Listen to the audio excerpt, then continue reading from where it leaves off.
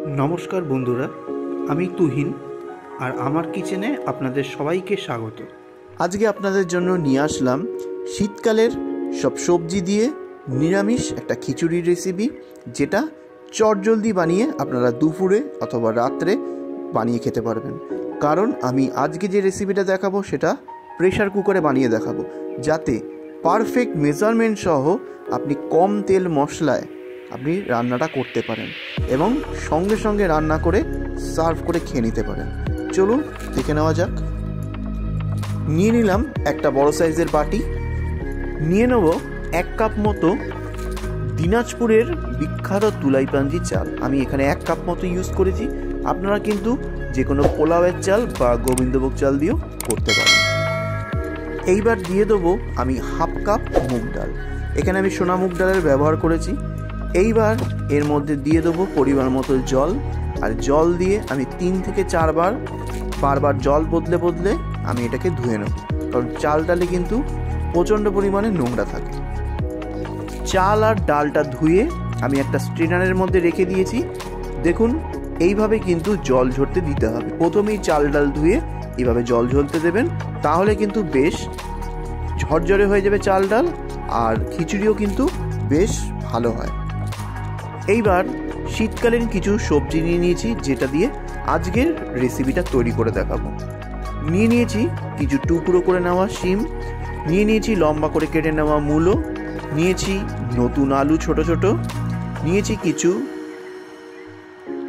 নিয়েছি দেশি ফুলকপি, সঙ্গে নিয়েছি কিছু গাজর লম্বা লম্বা করে কেটে, আর নিয়েছি কিছু বিনস। এই দিয়ে আমি রান্নাটা করব। আপনারা যদি আরও কিছু সবজি অ্যাড করতে চান সেটাও করতে পারেন। এই সবজিগুলো আমি অলরেডি ভালো করে কিন্তু ধুয়ে নিয়েছি। রান্নাটা করার জন্য আমি এখানে একটা প্রেসার কুকার বসিয়ে দিয়েছি অলরেডি, এবং হাই ফ্লেমে ভালো করে গরম করে নিয়েছি। এইবার দিয়ে দেবো 2 থেকে 3 টেবিল চামচ সর্ষের তেল। ফুলকপিটা একটু ভেজে না করলে দেখবেন ফুলকপিটা কিন্তু ভাত ভাত মতো হয়ে যায়, আর ভেজে করলে ফুলকপি থেকে একটা সুগন্ধ বের হয়, যেটার জন্য খিচুড়িটাও কিন্তু খেতে খুব ভালো লাগে। এইবার তেলটা গরম হয়ে গেলে এর মধ্যে দিয়ে দেবো ফুলকপির টুকরোগুলো, দিয়ে পরিমাণ মতো নুন আর একটু পরিমাণ মতো হলুদ দিয়ে ফুলকপিটাকে লাল লাল করে ভেজে নিতে হবে। ফুলকপিটা ভাজা হয়ে গেলে আমি ফুলকপিটা তুলে নেব। এইবার যেটুকু তেল পড়ে আছে তার মধ্যেই দিয়ে দেবো বাদ বাকি সবজিগুলো দিয়ে কিন্তু অত্যাধিক ভাজবো না, একটু হালকা সটে করে নেব, মানে হালকা এদিক ওদিক করে একটু ফ্রাই করে নেব। এতে কিন্তু খিচুড়িটা খেতে ভালো হয়। নুন আর হলুদ পরিমাণ মতো দিয়ে বাকি সবজিগুলো ভালো করে ভেজে নেব।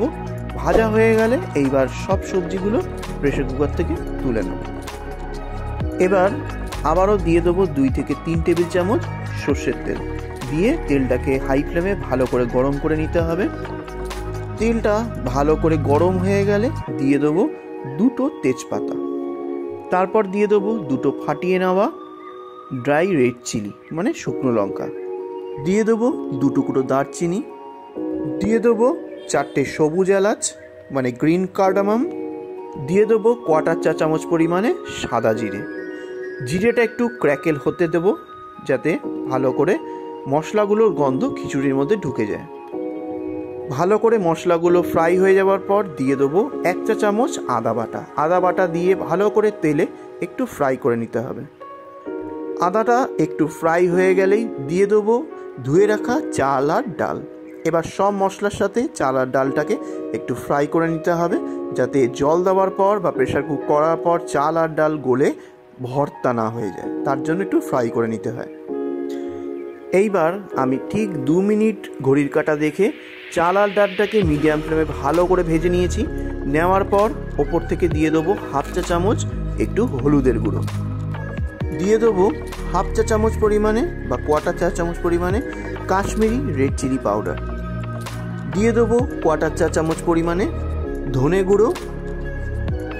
এবার দিয়ে দেবো 1/2 চা চামচ পরিমাণে জিরে গুঁড়োটা একটু ধনে গুঁড়োর থেকে বেশি দিতে হবে। এবার সব মশলাকে নিয়ে চালটাকে আরও 1 মিনিট মতো লো টু মিডিয়াম ফ্লেমে ফ্রাই করে নিতে হবে।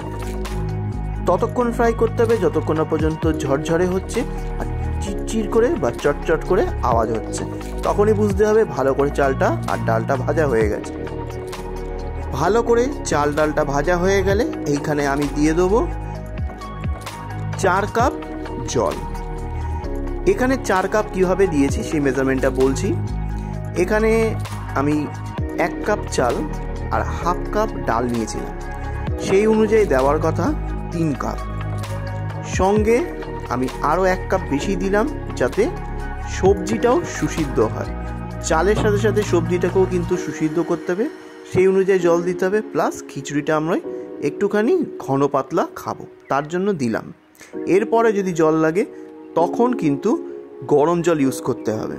এবার এর মধ্যে দিয়ে দেবো এক এক করে হালকা ভেজে রাখা সবজিগুলো।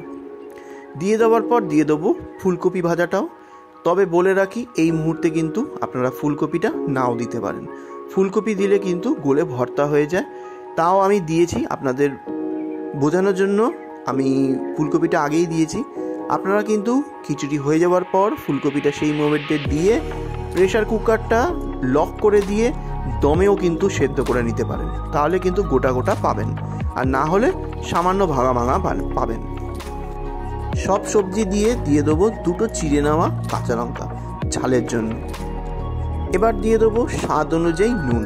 নুনটা কিন্তু প্রথমেই 1 গাদা দেবেন না, বুঝে শুনে দেবেন, কারণ সবজি ভাজার ক্ষেত্রেও কিন্তু নুনটা ইউজ হয়েছে।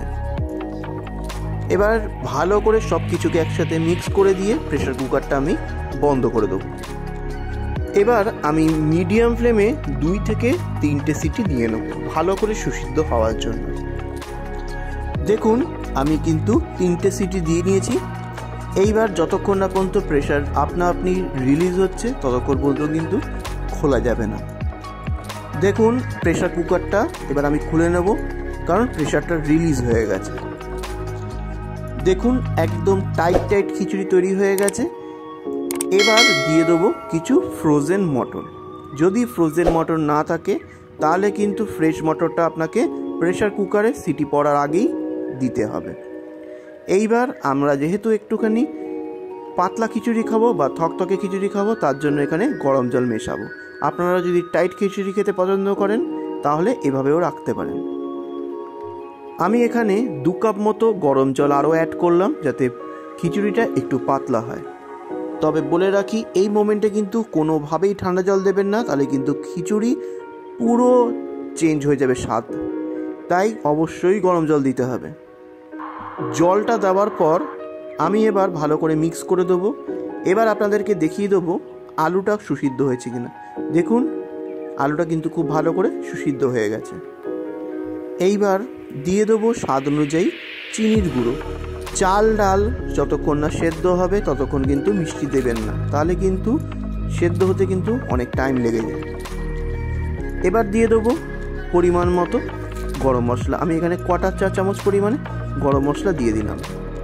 তারপরে দিয়ে দেবো 1 টেবিল চামচ পরিমাণে ঘিটা অবশ্যই দেবেন, আর যারা একটু ডায়েট করবেন তারা ঘিটা অ্যাভয়েড করতে পারেন। তারপরে সব কিছুকে ভালো করে মিক্স করে নিলেই রেডি হয়ে গেল শীতের রাতে বা দুপুরে খাওয়ার জন্য চটজলদি প্রেশার কুকারে বানানো সবজি খিচুড়ি। রেসিপিটা কিন্তু ভালো লাগলে কমেন্ট অবশ্যই করবেন। আর দেখুন ডাল আর চাল কিন্তু টানটানি আছে, একদম কিন্তু গলেনি। এইভাবে কিন্তু সঠিক মেজারমেন্ট সহ রান্নাটা করলে আপনাদেরও কিন্তু সেমভাবে খিচুড়ি তৈরি হবে। রেসিপিটা ভালো লাগলে অবশ্যই সাবস্ক্রাইব করে বেল আইকন ক্লিক করে অল করতে কিন্তু ভুলবেন না যেন। নমস্কার।